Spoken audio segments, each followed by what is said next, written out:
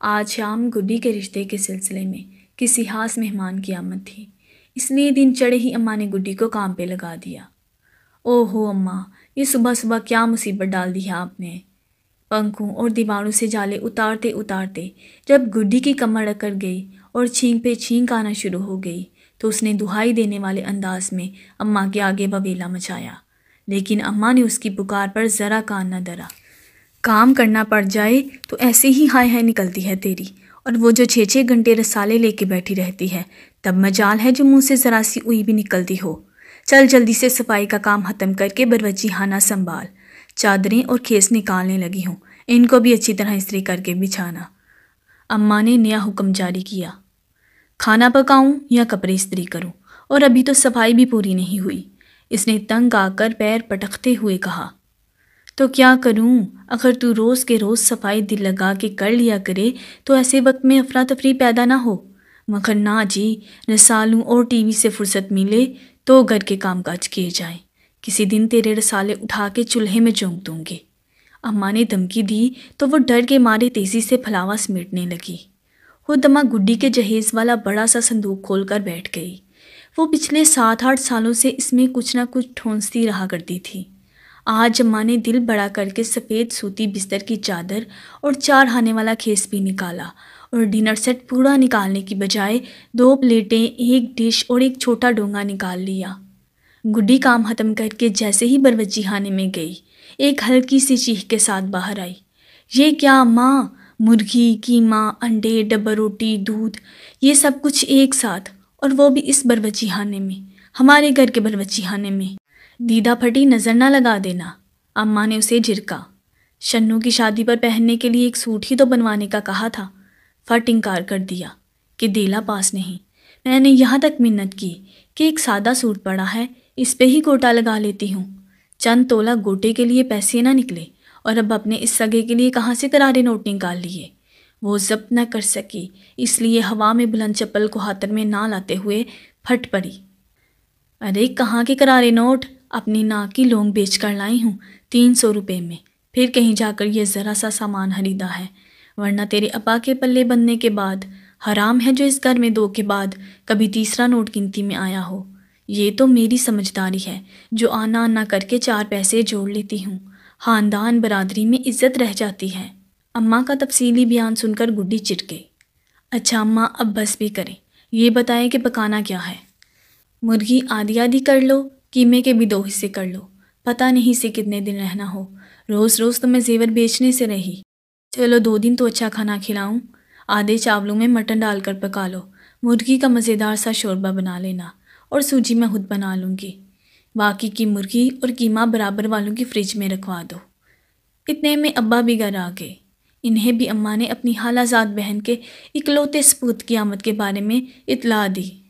ملازم بچہ ہے، دفتر کے کام سے آ رہا ہوگا، صرف 3 دن رکے گا، لیکن مجھے لگتا ہے کام کا بہانہ ہے، اصل وجہ کچھ اور ہے۔ کیا مطلب؟ ابا نے نہ سمجھی کے عالم میں پوچھا۔ او ہو، بال سفید کر لیے مگر عقل نہیں آئی، اماں نے ماتھا پیٹا۔ دیکھو میاں، زبیدہ ہے تو میری رشتے کی بہن، مگر میرا بڑا درد ہے اسے، اسی لیے اپنا لڑکا ادھر بھیج رہی ہے تاکہ گڈی سے بات آگے بڑھائی جائے۔ بڑا ہی بھلا لڑکا ہے، ابا کے چہلم پر ملی تھی اس سے، باادب، باتمیز، کماؤ، اور سب سے بڑھ کر اونچا لمبا، گورا چٹا خوبصورت جوان ہے، اور سرکاری ملازمت بھی ہے اس کی۔ ادھر ابا متفق ہو کر سر ہلاتے رہے، ادھر باورچی خانے کی کھڑکی سے سنگل لیتی گڈی کے چہرے پر شفق پھوٹنے لگی۔ FA 3rd ڈویژن میں بمشکل پاس کرنے کے بعد وہ توبہ کر کے گھر بیٹھ گئی تھی، اور اس 2.5 سال کے عرصے میں کوئی درجن بھر رشتے نمٹا چکی تھی۔ کوئی دکاندار موٹی سی توند والا، کوئی گنجا سبزی فروش، کوئی اینک والا میٹر ریڈر، کوئی سانولا مکینک۔ وہ تو شکر ہے گڈی انہیں پسند نہ آئی، اگر آ جاتی تو مجبوراً ان میں سے کسی ایک کے پلے باندھنا پڑتا۔ اب اس پڑھے لکھے خوبصورت نوجوان کی آمد اس کے دل میں پھول ہی پھول کھلا گئی۔ وہ اور دل لگا کر شامی کباب کا مسالہ پیسنے لگی، نئی نکوڑ چادریں خوب زور لگا کر استری کرنے کے بعد بچھائیں، مہینوں سے بند پڑے ٹیبل کلاک میں سیل ڈالے، صوفے پر دھلی ہوئی چادریں بچھا کر اس کا اڑا ہوا رنگ چھپایا۔ موڈ اچھا تھا اس لیے سب کام وقت پر ہو گیا۔ اب اس نے خود پہ توجہ دی کہ صبح سے کام میں جتی رہنے کی وجہ سے وہ سر سے پیر تک مٹی میں لت پت ایک بوت نہیں لگ رہی تھی۔ اس نے ڈرتے ڈرتے اماں سے 5 روپے مانگے۔ اماں نے انکار کے لیے منہ کھولا، پھر کچھ سوچ کر پلو کھول کر سکے گن کر نکالنے لگی۔ اماں پورے 5 ہی دے دیں، وہ جو رنگ گورا کرنے والی کریم ہے اب اس کی بھی پڑیاں ملنے لگی ہے، 2 روپے کی وہ منگوا لوں گی۔ خلاف توقع اماں نے اسے سلواتے سنانے کی بجائے چپ چاپ 5 روپے اس کی ہتھیلی پر رکھ دیے۔ سب انتظامات مکمل تھے۔ گڈی نے نہا دھو کر جرجٹ کا سوٹ پہن رکھا تھا، جالی کا کالا دوپٹہ جس کے پلو پر جالر والی لیس تھی۔ شیمپو سے دھلے بال آگے سے پنے لگا کر سمیٹ لیے تھے، باقی کے پشت پر لہرا رہے تھے۔ اماں سے نظر بچا کے کاجل بھی لگا لیا تھا، فرن لملی تو وہ پہلے ہی تھوپ چکی تھی۔ کلائیوں میں کالی اور میرون کانچ کی چوڑیاں، اپنی طرف سے وہ پوری زارا شیخ بنی ہوئی تھی۔ اور تو اور اماں نے بھی منہ ہاتھ دھو کر چکن کا سفید سوٹ پہن لیا تھا جو وہ حساس موقع پر ہی زیب تن کیا کرتی تھی، کانوں میں موتی کے پھول لٹکا لیے۔ ابا کو بھی بمشکل سفید کرتا پاجامہ پہننے پر رضامند کیا۔ ہادی کو بھی نئے کپڑے پہنائے گئے۔ اچانک گلی میں ٹیکسی رکنے کی آواز آئی۔ لگتا ہے رمیز بھائی ہوں گے، ہادی نے زبان کھولی۔ وہ اکیلا بلا سالم ٹیکسی کیوں کرانے لگا؟ اماں نے نکتہ پیش کیا، پھر سر ہلا کر کہنے لگی، ہو سکتا ہے وہی ہو۔ واہ کیا شان ہے، اکیلا ٹیکسی پہ بیٹھ کے آیا ہے۔ ہائے ہمارے گھر بھی آج کوئی ٹیکسی رکی ہے، ورنہ آتا ہے وہ تمہارا چاچا زنگ والی سائیکل چلاتا ہوا اور تمہاری پھپھی پھٹ پھٹ کرتی رکشے پر۔ اتنے میں دروازے پر دستک ہوئی۔ ابا اور ہادی باہر لپکے۔